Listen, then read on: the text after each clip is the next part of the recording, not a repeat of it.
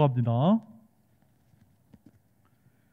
주의 사자가 빌립에게 말하 이르되 일어나 남쪽으로 향하여 예루살렘에서 가사로 내려가는 길까지 가라 하니 그 길은 광야라.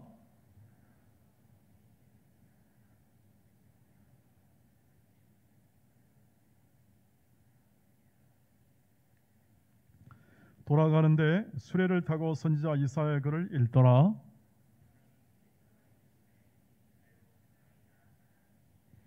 빌립이 달려가서 선지자 이사야의 글 읽는 것을 듣고 말하되 읽는 것을 깨닫느냐?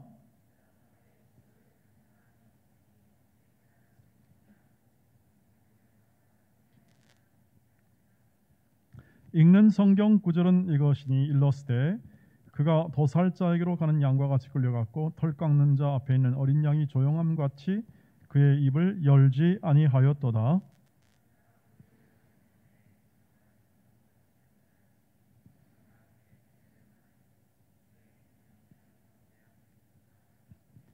그 내시가 빌립에게 말하되 청컨대 내가 묻노니 선지자가 이 말을 한 것이 누구를 가리킴이냐? 자기를 가리킴이냐? 타인을 가리킴이냐?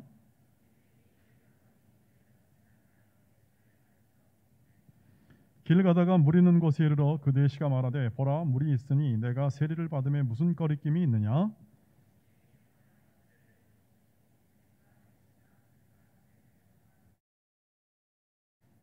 둘이 물에서 올라올새 주의 영이 빌립을 이끌어 간지라 내시는 기쁘게 길을 가므로 그를 다시 보지 못하니라. 빌립은 아스도에 나타나 여러 성을 지나며 복음을 전하고 가이사에 이르니라. 아멘. 오늘 빌립의 전도에 관해서 오늘 기록을 하고 있습니다. 빌립이 전도하는데 오늘은 지난주는 많은 사람이 사마리아에서 복음을 듣고 놀라운 역사가 있었는데 오늘은 이디오피아 내시 한 사람을 전도하기 위해서 하나님이 이 빌립을 가사로 내려보내는 장면이 나오고 있습니다. 기본적으로 극적인 만남이 이루어지죠. 하나님이 예비하신 극적인 만남이 이루어졌다. 빌립이 할 일이 없어서 가사로 간 게 아니라 할 일이 많이 있습니다. 이 성령의 이끄심이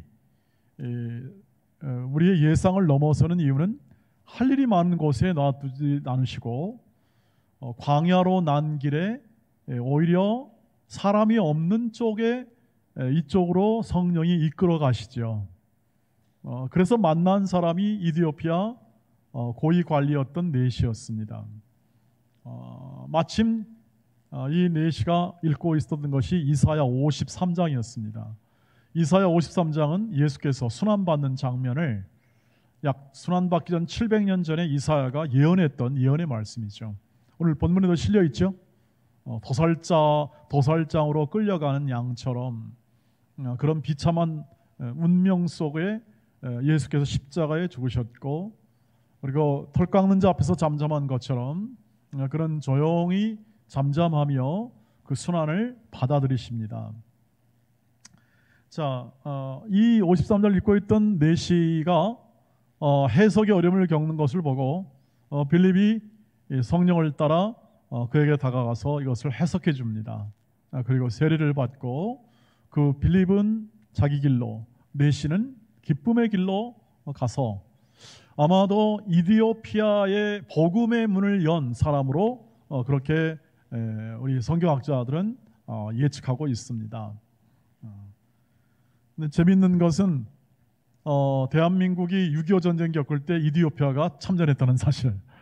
네, 아주 의미했죠. 16기 참전했는데 이디오피아의 군대 중에 아주 왕실 근위대가 있습니다. 용맹한 그들을 보내서 우리나라를 이렇게 지키기 위해서, 자유민주를 지키기 위해서 많이 애를 쓴 나라에서 지금 많이 우리나라에서 돕는다고 합니다. 자, 역사적으로 이런 일이 지금 이 에디오피아에 관계된 일이 있을 뿐 아니라 지금 오늘 이 말씀이 2000년 전에 기록이 되어서 우리 눈앞에 읽혀지고 있습니다. 하나님의 말씀으로요. 자, 무엇을 얘기할까요? 우리가 보면은 기본적으로 이것을 우리가 이제 성경을 읽을 때, 우리가 성경 말씀을 들을 때 우리는 주로 이제 설득되는 것, 그리고 교훈적이고 윤리적인 그러한 우리가 행해야 할 바를 찾는 것이 일반적이죠. 큐티 할 때 그렇지 않습니까? 오늘 내가 본받아야 될 점이 뭐냐, 그리고 행해야 할 점이 뭐냐, 이런 부분에 많이 우리가 이렇게 적용을 하는 그런 경향을 가지고 있습니다.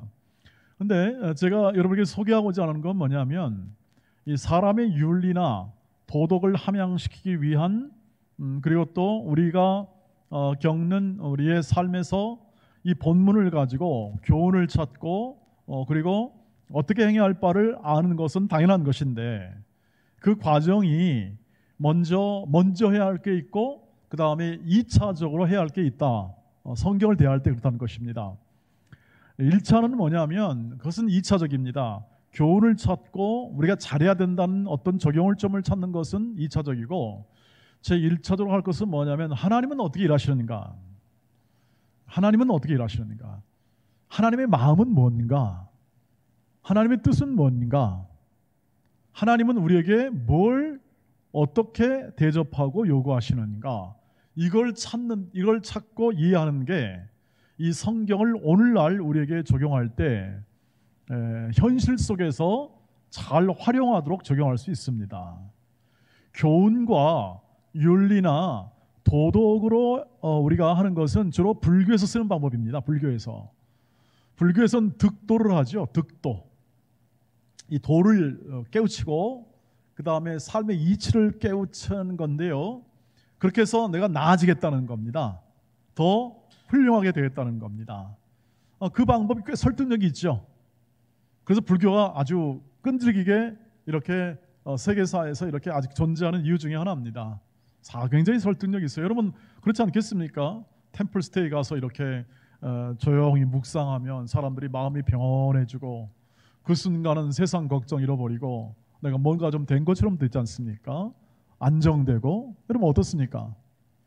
그것이 우리나라에 있었잖아요. 우리나라 불교에서 그래서 뿌리 깊습니다. 더군다나 역사와 함께하기 때문에 만만치 볼 수가 없는 거죠. 근데 기독교는 거기에 뿌리를 두지 않습니다.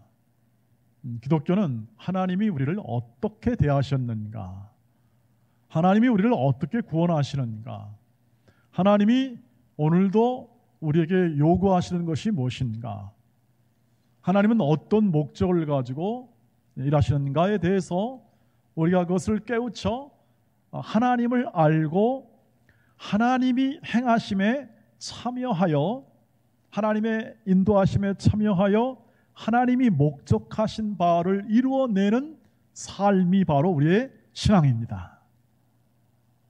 접근법이 다르죠. 그래서 늘 이 성경을 우리가 지금 계속 함께 듣고 또 계속 어릴 때부터 들어왔는데, 아마 많은 부분에서 이렇게 내가 어떻게 잘해야 되는가, 내가 어떻게 더 훌륭해야 되는가, 내가 어떻게 훌륭하게 되어서 하나님을 증명할 건가, 내가 하나님께 영광 돌리는 방법은 훌륭히 되는 건 맞는데 그것이 과연 정말 하나님이 원하시는 것이었던가에 대하여 우리는 좀 더 숙고할 수 있는 시간이 필요합니다. 왜냐하면 너무 많은 부분이 율법주의로 흘러왔기 때문에 그렇죠. 신앙의 흐름이 율법주의. 율법주의라는 것은 결국 그겁니다. 규정과 의무와 우리가 해야 할 바를 잘 지켜 행하여 하나님께 인정을 받겠다 하는 것이 율법주의의 기본 정신입니다. 그러니까 좋은 게 포함되죠. 당연히 율법을 지켜 사람이 신의가 있고 훌륭하게 되는 것에 대하여 당연히 그 설득력 있는 신앙의 한 형태로 갈 가능성이 많습니다.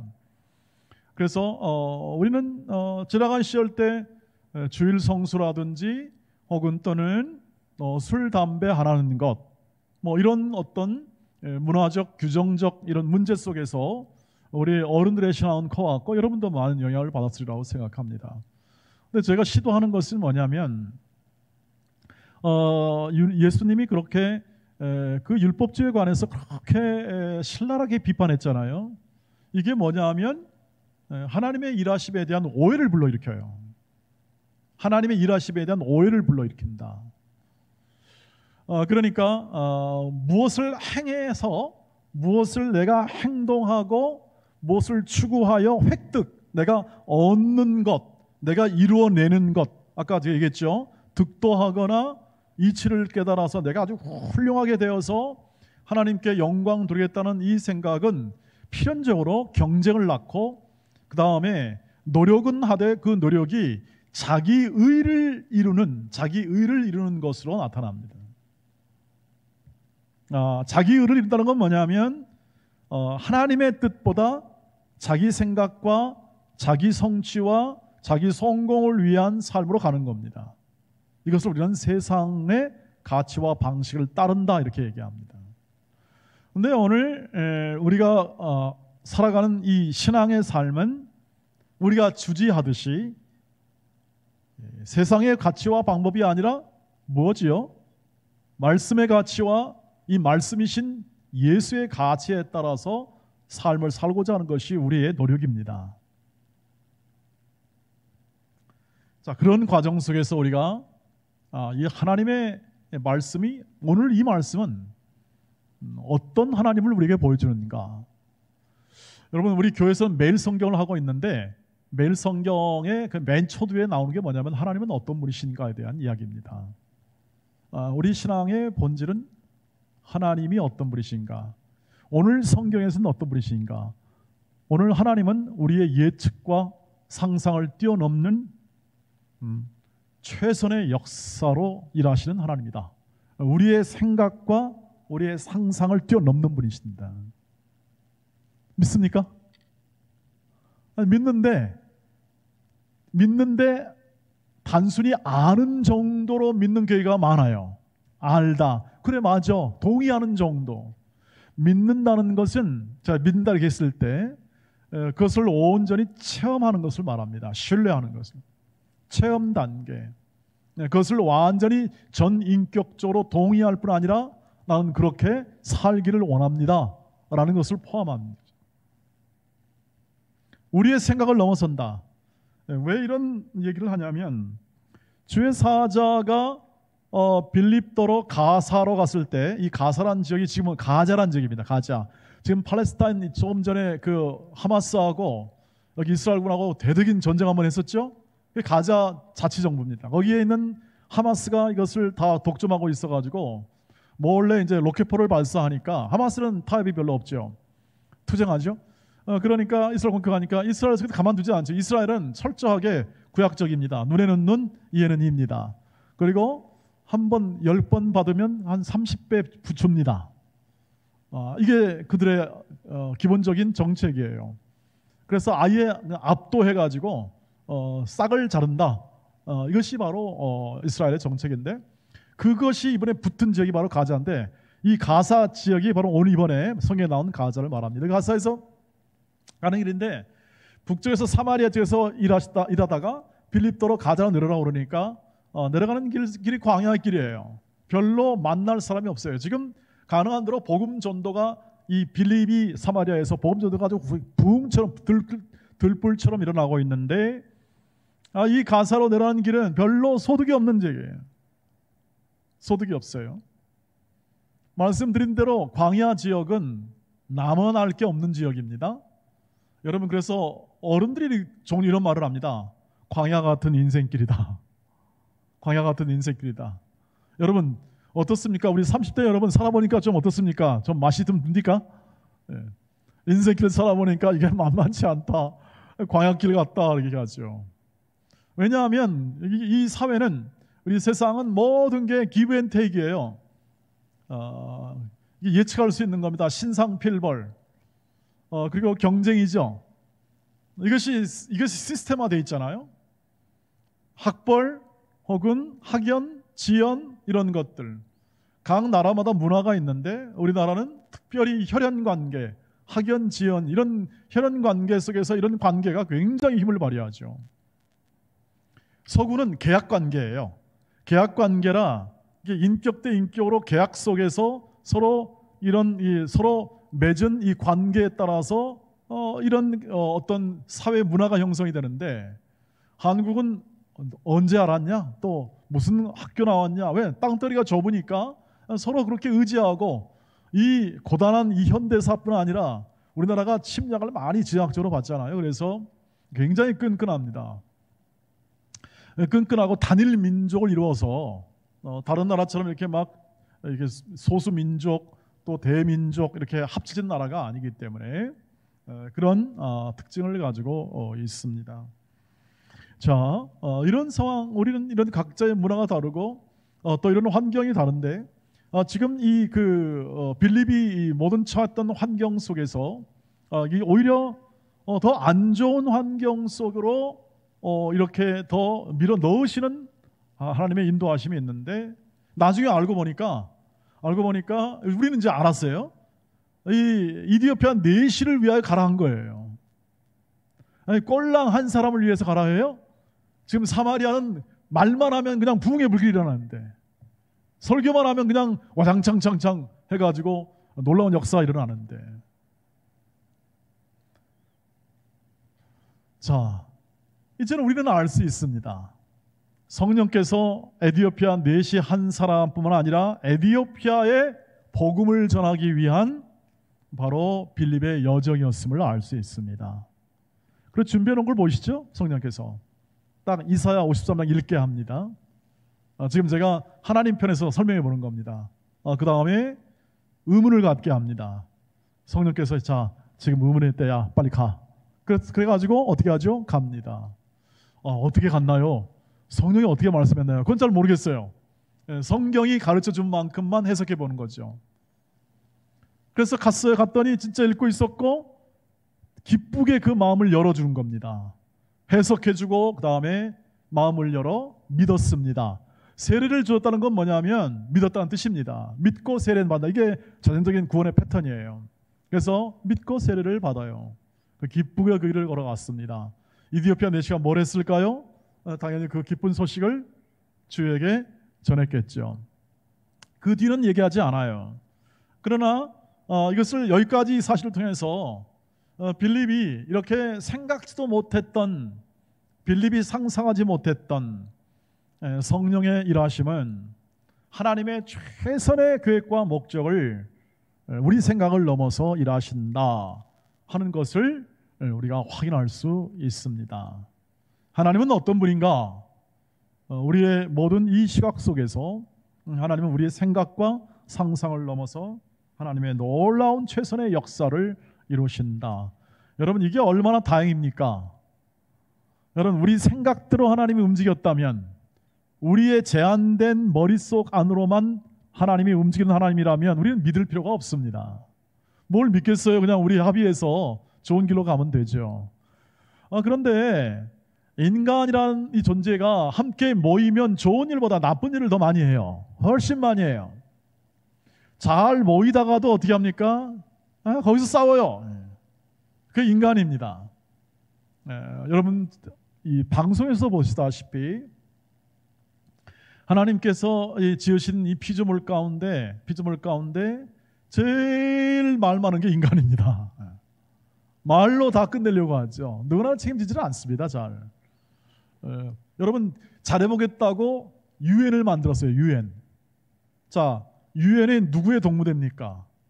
강대국 상임이사 5개국의 동무대죠. 그들의 입장을 대변하지 않으면 되는 일이 없어요.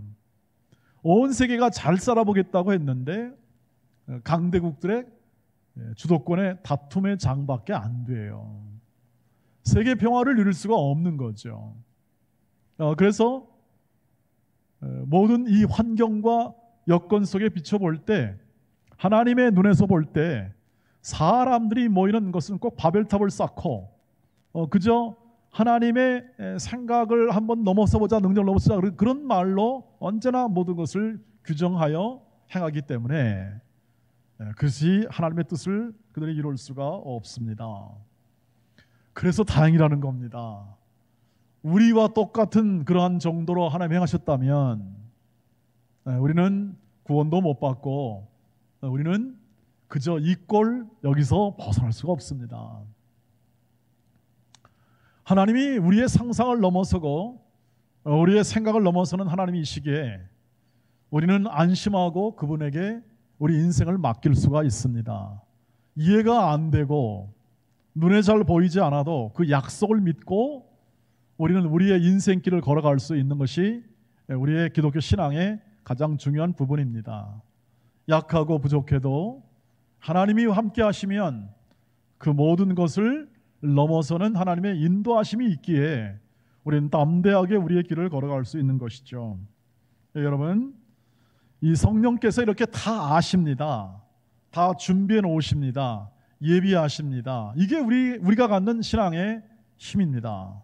성령이 아시고 성령이 예비하시고 우리의 생각과 우리의 관찰과 우리의 모든 주장을 넘어서 우리의 인생을 주관하시고 이 모든 구원에 우주의 큰 구원을 이루신다 하는 거죠. 우주의 큰 구원입니다. 여러분, 저와 여러분의 구세주가 아니라 전체 온 인류의 구세주가 되셔서 구원의 큰 역사를 이루어 가신다 하는 사실을 우리가 알 때 나 같은 존재도 구원하시고 나 같은 존재도 그 하나님의 인도하심에 이끌림을 받는다는 사실을 굉장히 놀랍습니다. 그래서 그것을 이렇게 얘기합니다. 성령의 인도는 신비함이다. 신비함. 그런데 그 신비함이라는 것은 그냥 어떤 황홀한 것이고 어떤 다른 어떤 이렇게 우리가 경험하던 초월적인 어떤 신비한 경험만을 의미하는 게 아니라 이 신비하다는 것은 뭐냐면 우리가 헤아릴 수 없다. 헤아릴 수 없다. 성령의 역사하심을 헤아릴 수 없다. 그래서 지난주에 성령의 역사를 축소하지 말라. 내 머리와 내 작은 생각으로 축소하지 말아라. 내가 지금 내가 맞이하고 있는 눈앞에 현실이 있습니다. 이 현실이 있는데 이 내가 살아가는 이 시간과 공간 사이에서 내가 맞이하는 현실이 있는데 그 현실의 삶 가운데서 하나님이 성령이 역사하신다. 성령이 일을 이루신다. 나를 위한 뜻을 이루신다. 지금 빌립도 잘 알지 못하고 네시도 잘 알지 못하지만 이들의 생각을 뛰어넘는 성령의 일하심이 이렇게 실려 있어 오늘을 살아가는 우리에게 내가 다 알 수 없고 내가 다 파악할 수 없지만 그러나 성령께서는 내 인생의 최적의 조합을 이루고 계신다 하는 사실을 우리가 확인하는 거죠.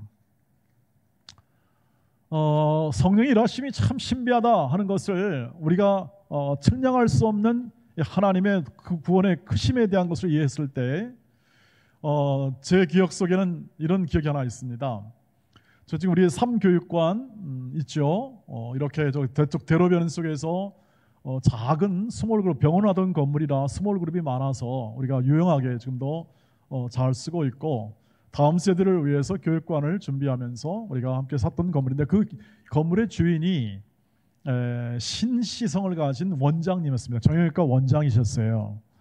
원장이셨는데 그 건물을 우리 교회에게 제안을 했습니다. 이 건물은 교회에 붙어 있고 교회가 쓰기에 안성맞춤이니 교회에서 인수하시기 바랍니다 하고 제안을 해와서 저희가 당에서 결의하고 이렇게 약 한 7년 만에 2010년에 시작했는데 출발했는데 기도하고 마음을 모으고 다 같이 하나가 되어서 미래 세대를 위해서 합시다 해가지고 7년 만에 샀어요. 다 사가지고 인수를 하고 이제 빚도 다 갚았습니다. 한 2년 전에 빚을 다 갚았고 그래서 다 온전히 다 쓰고 있습니다. 근데 제가 얘기하는 건 뭐냐면 이것도 감사할 제목이지만 그 원장님을 위해서 기도했습니다. 교회를 위해서 좋은 일을 한다고 건물도 파셨는데 원장님이 예수를 믿어야 진짜 복입니다. 그래서 말씀을 드리고 함께 계속 교제를 했습니다.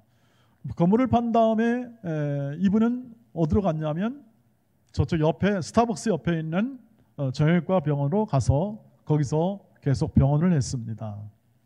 종종 만나서 이렇게 권유하죠. 언제쯤 원장님 교회 나오시면 좋을까요? 근데 계속 우리 장로님들도 기도했고 저도 기도했고 이분이 예수를 믿으면 참 좋겠다. 그런 마음으로 그렇게 계속 기도했습니다. 근데 안타깝게도 작년인가 소천했습니다. 물론 그 안에 교회에서 열린 마음을 많이 보여주었습니다. 이제 때가 되면 나가야죠. 이렇게까지 말을 하고 열린 마음이 있었습니다. 그러나 확인을 못했습니다. 왜요? 먼저 소천을 해서 확인을 못했습니다. 그때 그런 생각이 들었습니다. 조금 더 빨리, 조금 더 자주 이분에게 복음을 전하고 다시 한번 권유했더라면 성령께서 마음을 열어주지 않았을까, 그런 생각을 했습니다. 그런데 그렇게 이제 마음의 안타까움과 아쉬움 속에서 저 건물을 누가 인수할까, 이제 그런 생각을 했습니다. 왜냐하면 병원이기도 하거니와 우리 지역 사회에 있으니까, 또 우리가 알던 분이 이제 거기에 원장이셨으니까. 근데 어느 날 우리 교회에 정형외과 같은 계열의 의사 한 분이 등록을 했습니다. 했는데 그 뒤에요. 했는데 그분이 이렇게 와서 우리 교회에 와서 이제 등록을 한 다음에 이렇게 등록하게 된 소감을 얘기했습니다. 우리 교회가 이렇게 다 들어박혀 있잖아요. 대로변에는 그냥 건물만, 저기 교육관 건물 나와 있으니까 우리 교회가 그냥 이런 교회인지 몰라요. 되게 그냥 이렇게만 쌓여 있어가지고 아주 조그만 교회로 알아요. 근데 우리 교회는 굉장히 큰 교회예요. 사실은 바운더리로 보면 굉장히 큰 교회죠. 근데 들어와서 보는데 교회는 이 바디는 큰 것 같은데 이 건물이 다 낡았잖아요. 전부 다. 그리고 다 건물 다 붙여놓고 해가지고 이거 시설이 형편없겠구나 그 생각했는데, 안쪽은 좀 그래도 잘하네요. 안에 겉은 다 벽돌이 그러는데 안쪽은 다 이렇게 정비해 놔서 잘 됐네. 근데 또 그 분위기가 저쪽 그 어디 전라도 남조에 하나 있는 그 고향에 있는 교회 분위기 같더라는 거예요. 따뜻하고 그리고 세련된 것보다는 좀 구수하고, 표현이 그래서 그게 마음에 들어가지고 이 교회에 정착하겠다, 그런 마음이 들어서 잘 됐습니다. 같이 일해봅시다 하고 같이 세상을 합시다 하고 이제 했는데 이렇게 얘기하는 거예요. 그 원장님이 있었던 그 병원을 자기가 인수를 해가지고 지금 병원을 계속하고 있습니다. 잘하고 있고, 그게 바로 그 근본 정형외과예요. 저기 스타벅스 옆에 있는 병원에 근본, 그게 로고가 십자가 로고를 한 거예요. 그래서 정말 이 지역사회에 대한 봉사라든지 선교에 대한 마인드를 가진 의사가 등록을 했는데, 하나님께서 그렇게 또 병원을 위해 기도했고 그 원장을 기도했는데, 이렇게 새로운 원장이 와서 함께 하나님을 섬기고 함께 신앙생활을 해나가게 되었다. 그래서 기가 막히다. 하나님께서 그렇게도 인도하시는구나. 그러니까 확신이 든 거예요. 동원교회를, 하나님이 교회 있잖아요. 이 교회를 하나님께서 인도하시고 때가 되면 다 하나님이 쓰시는 만큼, 그리고 하나님께서 원하시는 만큼 하나님의 뜻대로 이루어질 줄 믿습니다 하는 그러한 성령의 인도에 대한 확신이 드는 거예요. 확신이. 그러니까 외적인 환경이나 내가 생각하는 불리한 것에 대하여 그것이 현실적으로 나에게 어려움을 주고 힘듦을 주고 아쉬움을 주지만, 그러나 그것이 성령의 일하심을 방해할 수는 없다. 우리를 구원하시고 우리 교회를 인도하시는 성령의 인도하심을 방해할 수가 없다는 것을 알게 되는 거죠. 한 나라의 교회사를 봐도 그렇습니다. 우리나라 대한민국이 교회가 먼저 세워지고 대한민국이 건국되다는 말씀했어요. 이거 굉장히 중요한 포인트예요. 왜냐하면 그런 나라가 많지 않아요. 교회 영향을 받았다는 뜻이에요. 대한민국은 정말 교회 영향을 받았어요. 그리고 이 나라 경제라는 것은 경제학 용어로 설명할 수 없을 만큼 불가사의한 부분이 많다고 그래요. 실제로 저는 그 얘기를 들었어요. 그 교회 경제학자가 있었는데 제가 아는 선배 목사님이 물었어요. 박사님, 도대체 우리나라의 경제는 도대체 어떻게 돼갈 겁니까? 그 박사님 뭐 때문에 불안하시죠? 예, 불안합니다. 목사님 걱정하지 마세요. 목사님이 걱정하면 어떻게 합니까? 하나님이 계신데 우리나라 경제는요, 경제학 원리로 잘 설명이 안 되는 곳입니다.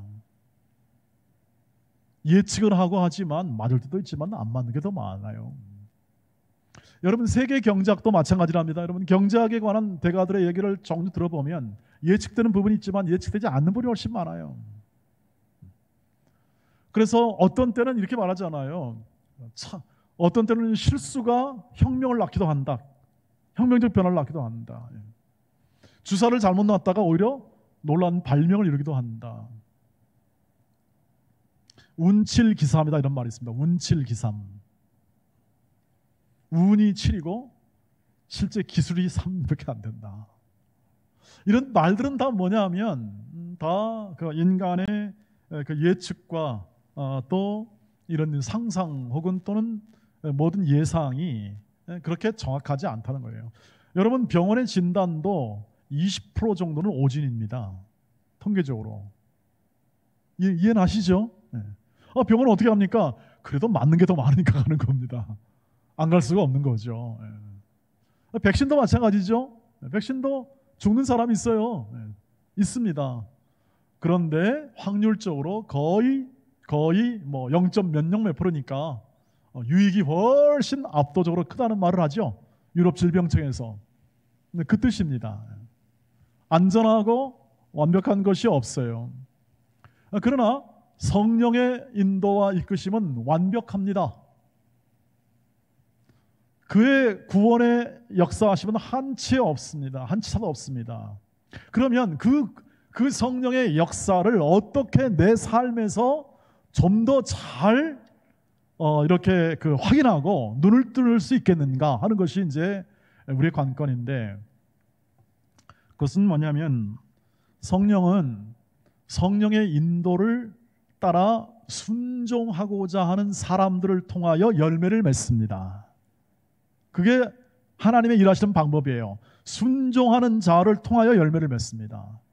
불순종하는 자를 통해서 열매 맺는 것이 아니라 순종하고 따르는, 성령을 따르는 사람들에 의하여 열매를 맺습니다. 오늘 그게 분명히 드러나요. 빌립은 다 알지를 못해요. 다 깨닫지를 못하지만 어떻게 하죠? 군더더기가 없어요. 순종에 있어서 군더더기가 없어요. 여기를 왜 가나요? 꼭 가야 되나요? 뭐 이런 얘기가 별로 없어요. 그냥 가라 하니까 그냥 조용히 가고, 내려가라 말하니까 저기 가서 말하고 하는 정도예요. 뭐 이와 똑같이 우리도 그러면 뭐 말하지 마, 뭐 그냥 가라, 그냥 가는 형태로라고 이렇게 받아들이기보다 지금 순종이 군더더기가 없다는 뜻이에요. 설명이. 그러니까 이것은 성령과 깊은 사귐이 있어야 가능해요. 친밀감이나 그리고 그 의지가, 우리가 갖는 의지가 분명해야 이게 가능한 얘기입니다. 여러분, 어떻게 이게 이런 빌립의 순종이 길러졌을까요?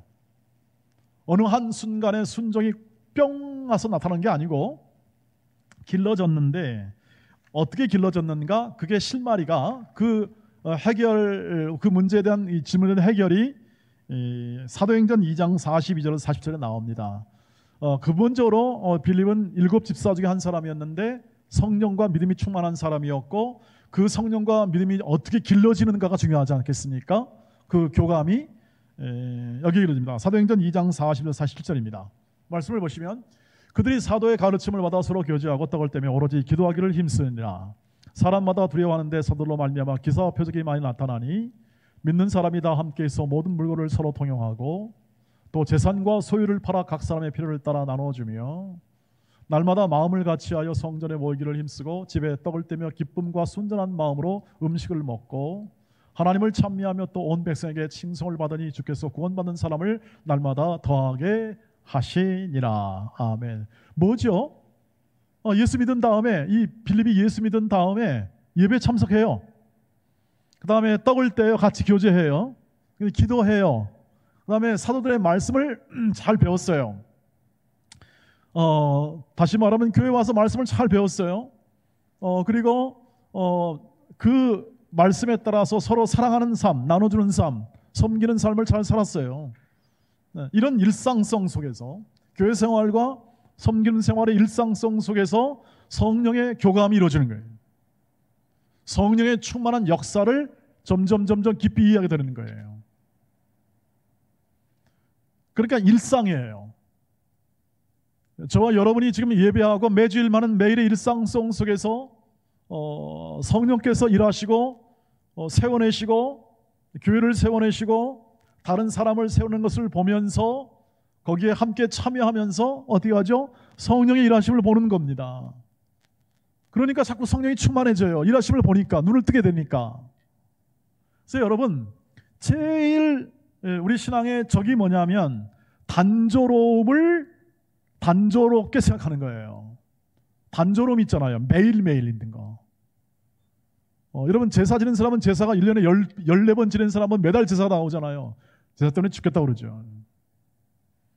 근데 여러분, 예배는 일주일에 한 번씩 돌아오죠? 매주 돌아오죠? 여러분 어떻습니까? 굉장히 단조롭습니다. 근데 여러분, 이 단조로움 안에서 성령이 일하십니다. 놀랍죠? 눈을 뜨세요. 여러분, 눈을 뜨셔야 합니다. 단조로움이 단조로움. 매주일 말씀을 듣죠? 또 말씀을 듣는구나. 그럴 수 있습니다. 단조롭습니다. 왜? 반복되는 건 다 단조로워요. 그러나 그 단조로움 안에서 그것을 필요하게 여기거나 필요 없게 여기거나 그것에 대해서 가치를 갖지 못하면은 권태로우죠. 지루하죠. 이런 사람은 인생도 지루하게 삽니다. 인생도 지루하게 살아요. 아예. 왜? 되게 반복되잖아요. 저도 교회와 집이 거의 매일이에요. 매일. 왔다 갔다. 근데 이 안에서 성령께서 어떻게 합니까? 말씀을 일으킵니다. 저는 이 단조로움 안에서 공부하고 단조로움 안에서 성령의 역사를 체험하고 이 단조로움의 매일의 일상성 속에서 하나님의 일하심을 봅니다. 여러분을 통해서 일하심도 느끼기도 하고 여러분을 크게 하시는, 잘하게 하시는 하나님의 손길도 봅니다.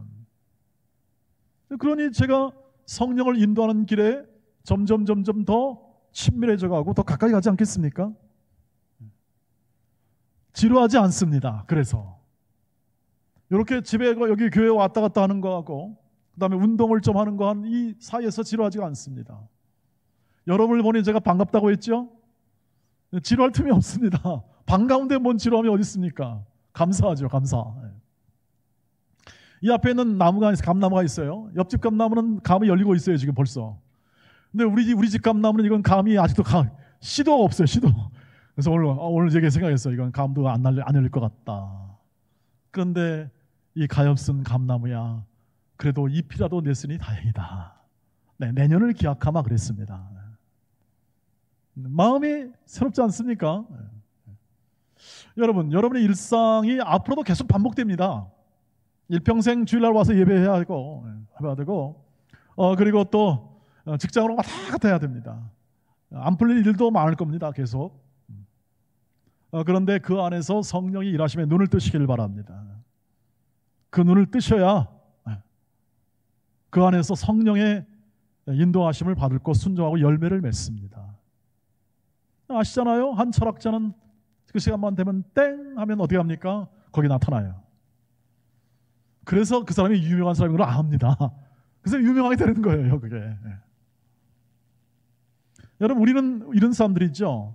세상적으로 말하면 명예와 소유와 권력을 향한 추구가 아니라 우리는 예수 그리스도를 신뢰함으로 그와 함께 교제의 삶을 살아가는 과정 속에서 하나님이 허락하신 명예와 소유와 권력을 통하여 하나님의 뜻을 증거하는 것이 우리 증인의 삶인 것을 이해할 줄 믿습니다. 삶의 방향과 가치가 뚜렷하죠. 젊은 시절 때부터 뚜렷한 것이 좋습니다. 제가 제 아들을 보고 야, 너 뭐 할래? 그러면 잘 모르겠어요. 그러냐? 그러면 알아야 된다. 제 생각해보니까 저는 고등학교 때부터 목사대로 했으니까 별로 고민을 안 했어요. 그냥 그 길로 그냥 갔습니다. 갔어요. 아이고 지루할 때도 있었죠. 당연히. 왜 없었겠습니까?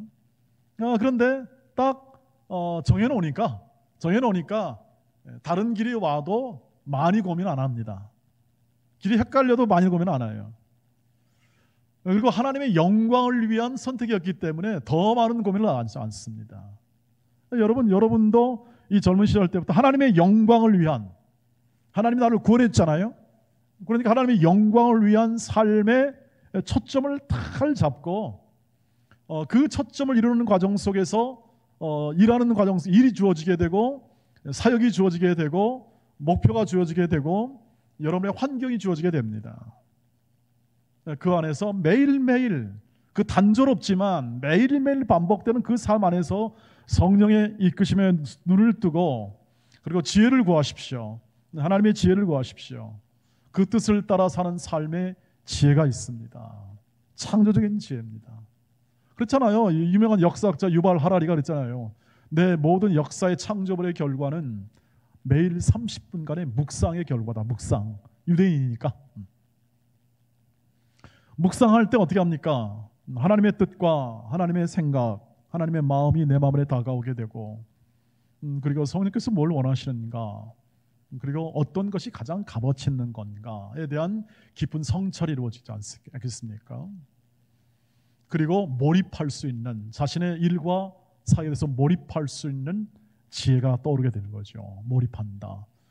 집중하면 인생의 열매가 있습니다. 열매가 반드시 집중하게 되면 어떤 일과 어떤 사역이든지 집중하게 되면 거기 열매가 있어요.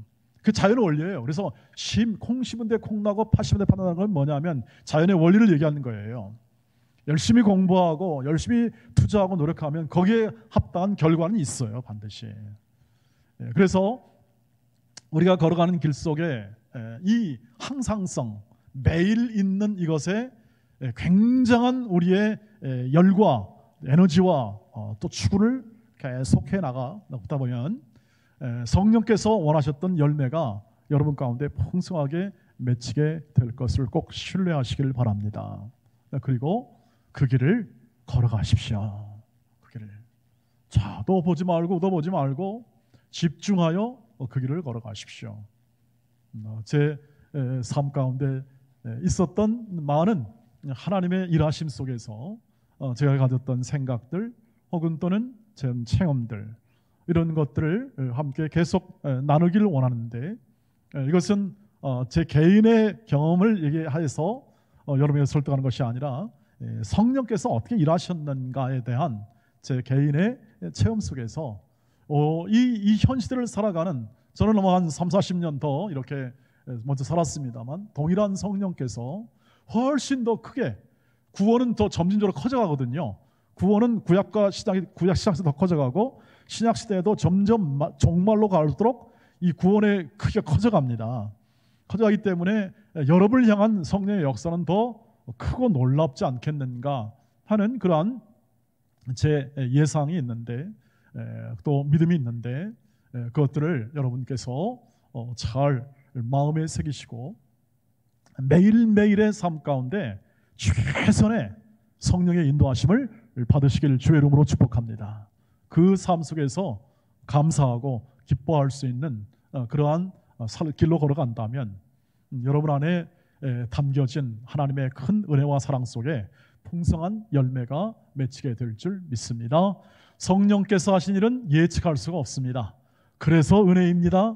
그리고 오늘도 순종하는 자를 통하여, 그 인도에 순종하는 자를 통하여 눈을 뜨고 걸어가는 그 사람을 통하여 성령께서는 풍성히 일하십니다. 우리 모두가 함께 그 길을 걸어가며 함께 나누며 함께 세워나가기를 주의 이름으로 축복합니다.